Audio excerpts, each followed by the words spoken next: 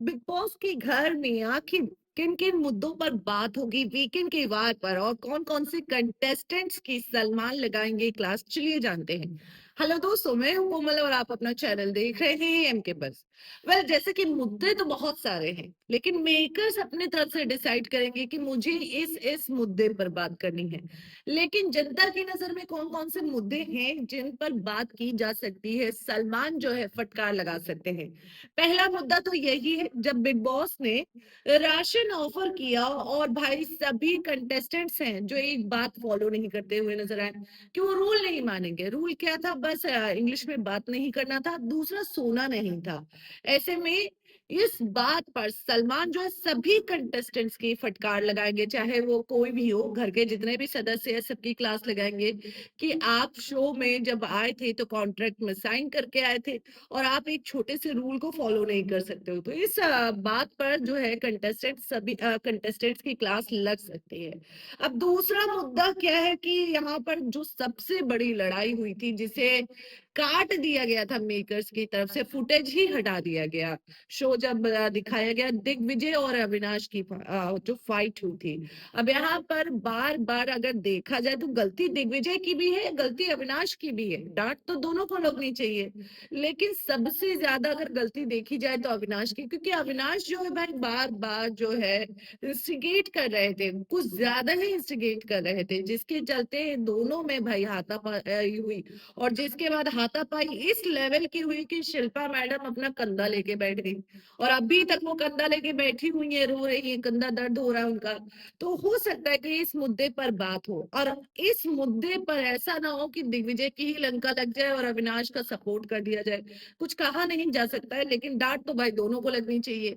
और वही शिल्पा को ये सवाल करना चाहिए कि मैडम आप तो पहले ये डिसाइड कर लीजिए किस टीम पर है, एक बार फाइनल कर लीजिए, हर जगह डिप्लोमेट आंसर मत दीजिए। तो यहाँ पर इस बात पर बात होनी चाहिए। अब जो तीसरा मुद्दा है चुम वर्सेस चाहत का, चाहत ने जिस तरीके से चुम को टास्क के दौरान नोचा है, नोचा नाची की है, धक्का दिया है काफी ज्यादा, मतलब चुम को प्रेशर के साथ वो नोचा। और जिस तरीके से मतलब एज अ गर्ल जिस तरीके से फ्रंट में वो मारने जा रही थी, तो ये बहुत ज्यादा गलत है। तो ऐसे में चाहत की लंका लग सकती है, सलमान चाहत को सुना भी सकते हैं। सो अब देखना ये भी होगा कि चुम और चाहत में सलमान किसका साथ देते हैं। वही अगर एक तो बनी बात है, ये जो करण है ना, हर हफ्ते की कहानी है। करण एक्चुअली में कंफ्यूज है, उनको पता है कि किसका साथ देना है, लेकिन वो दिखाना ही नहीं चाहते कि किसका साथ देना है। अब जैसे उन्होंने टास्क में परफॉर्म नहीं किया, उनका मन था नहीं परफॉर्म किया, वो किसी को सपोर्ट नहीं करना चाहते थे, लेकिन वो डंके की चोट पे बोलते हुए ही नजर नहीं आए, गिल्टी फील करने लग गए कि हमने शिल्पा की मदद क्यों नहीं की। तो यहाँ पर सलमान जो है एक बार फिर से रियलिटी चेक जो है करणवीर मेहरा को देंगे। अब वही अब हम देखेंगे कि विवेन की तारीफ होगी, हर एपिसोड की कहानी विवेन की तारीफ होनी ही है। तो विवेन की तारीफ होगी। अब विवेन वर्सेस रजत, रजत ने भाई जिस तरीके से धमकी दी थी, वो अलग लेवल की धमकी दी थी।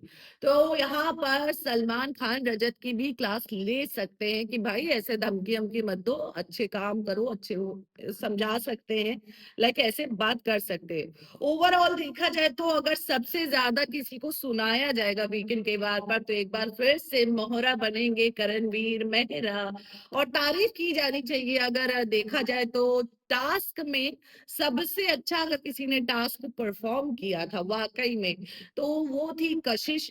कशिश कपूर ने भी बहुत अच्छे से टास्क परफॉर्म किया था। फिर वही चुम दारंग ने बहुत अच्छे से टास्क परफॉर्म किया था।